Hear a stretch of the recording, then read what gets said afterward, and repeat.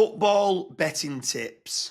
Today I'm joined with Joe Norris from Get Your Tips Out, who also has his own website, which is joenorristips.co.uk. And in today's episode of the UK Sports Betting Tips podcast, I want to dig a little bit deeper in specifically how you choose your football predictions.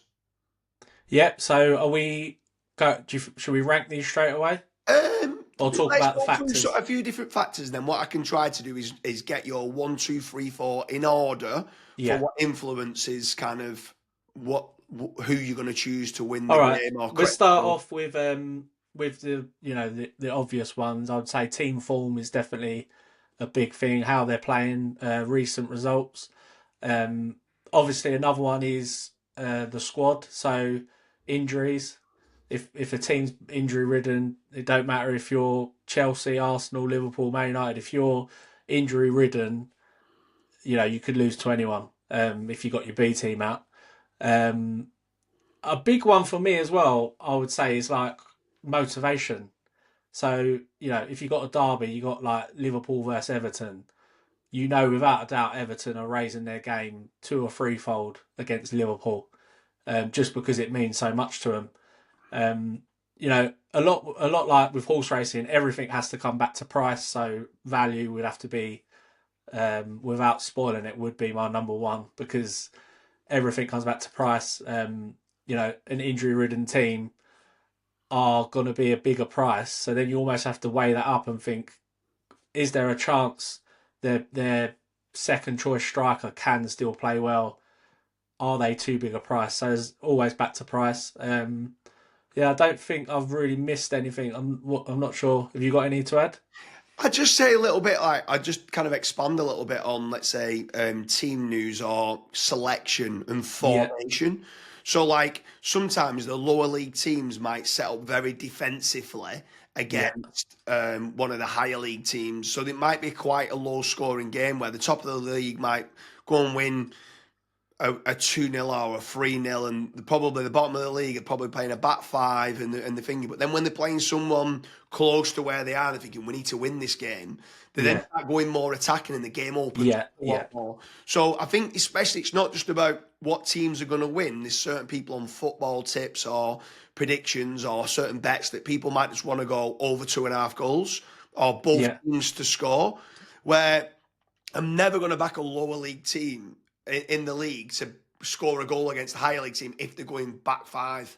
Do you know what I mean? yeah, So yeah, yeah, little things like that I'm trying to look for. But yeah, I mean, for me, you mentioned upon price. Price is for me dictates everything. I'm trying to find value where I'm going like this could be an open game, and I think this team's going to win. So I might do both teams to score and a team to win and stuff like that. But yeah, yeah. what just before we get going, what influences like in order your 1, 2, 3, 4?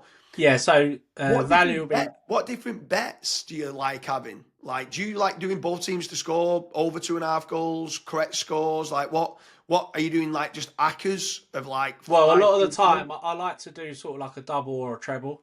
Yeah, Now that could be like win or lose, or win, draw or lose, and then the other thing I look at is both teams to score.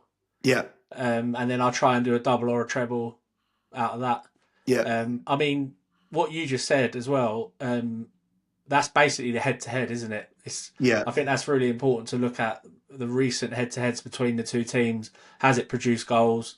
Is this the same situation? Do both teams have their strongest team out? Things like that. Yeah, for sure. Right, well, let's dig into it then. So, what is the most influential factor when you're looking to do your football betting tips?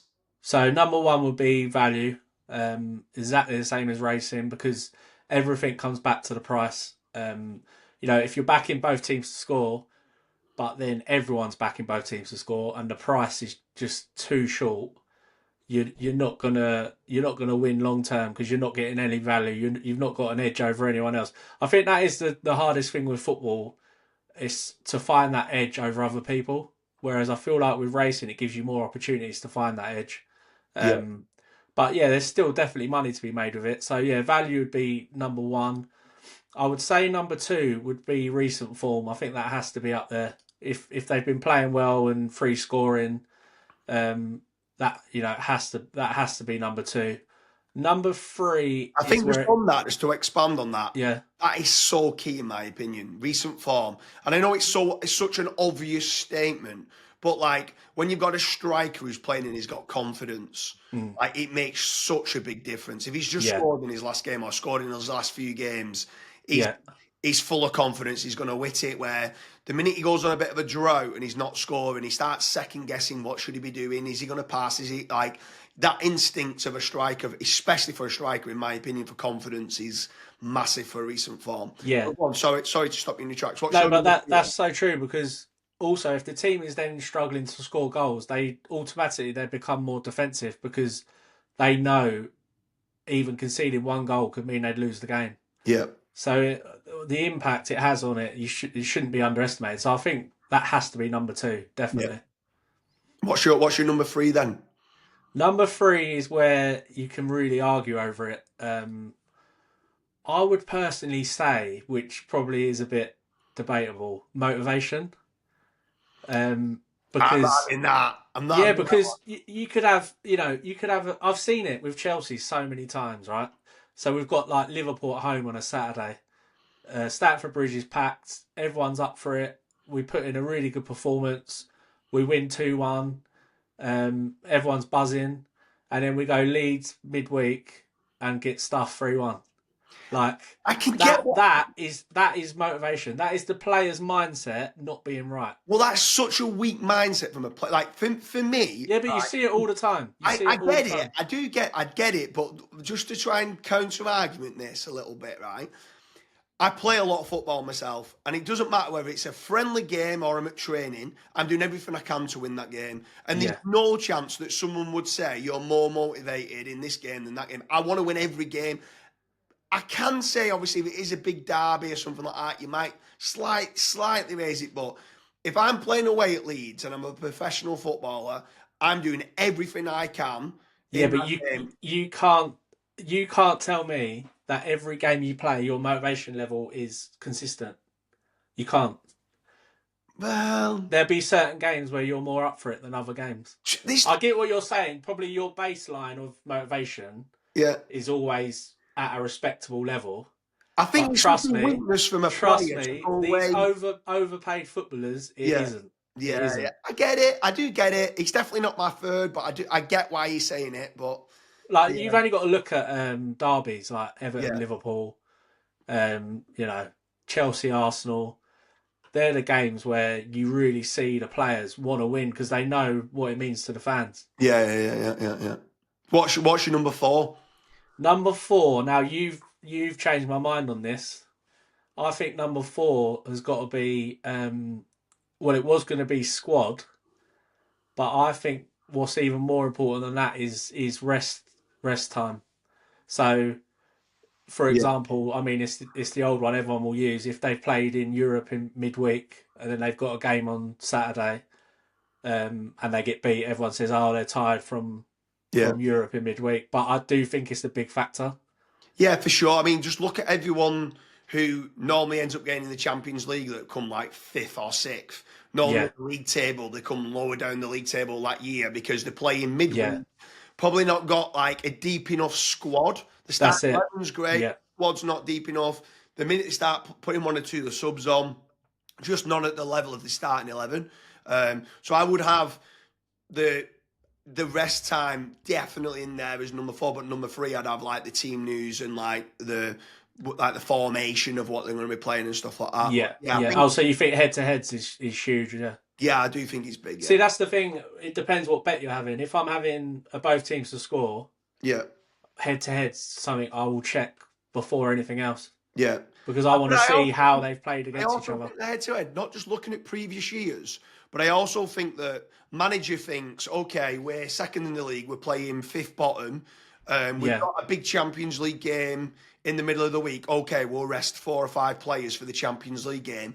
And exactly. kind of Yeah, going in, almost like what you're saying with regards to the players going in half-heartedly, right? yeah, The manager's also going there thinking this is a game we should be winning, and it's probably the wrong mindset to have, where yeah. you go in there thinking, yeah, these are towards the bottom and stuff like that, and the manager's made a few changes, and you're like, do you know what? You've massively weakened your team here. When that striker or that midfielders is not. We was talking about Yeah. confidence. They're not confident, and Oh, without a doubt, it has a knock on effect on other yeah, players, doesn't it? If you know sort of one of the best players has been rested, it just weakens the quality of the team, and it just has a knock on effect. So I agree with you. That's definitely a big one. yeah. I mean, I also would like to say I wanted to have a debate with you to try and throw you under the bus to say no, I'm not disagreeing here, but I also think it's probably a bad question for me to ask in order because it shouldn't really be an order. It should be No, everything amalgamated together gives you yeah, the output of saying, I think this is value.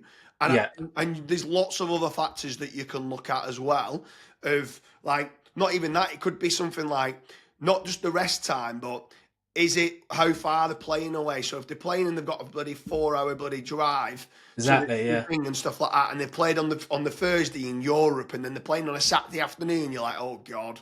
But then I like that's spot on. But I also think the bet you're having as well, what market you're betting in, I think the factors would be ranked differently for each. So for Completely goals, there'd be agree. certain things that are more important. For Yeah. the win, there would be other things that are more important. Yeah, for sure. Yeah, no, completely agree. So anyone who's watching this, obviously it's going to be syndicated out to the UK Sports Betting Tips podcast. It'll also be on Joe Norris YouTube channel and on Get Your Tips Out as well. If you want more kind of information like this, make sure you subscribe. That's both to the YouTube channel and also to the UK Sports Betting Tips podcast.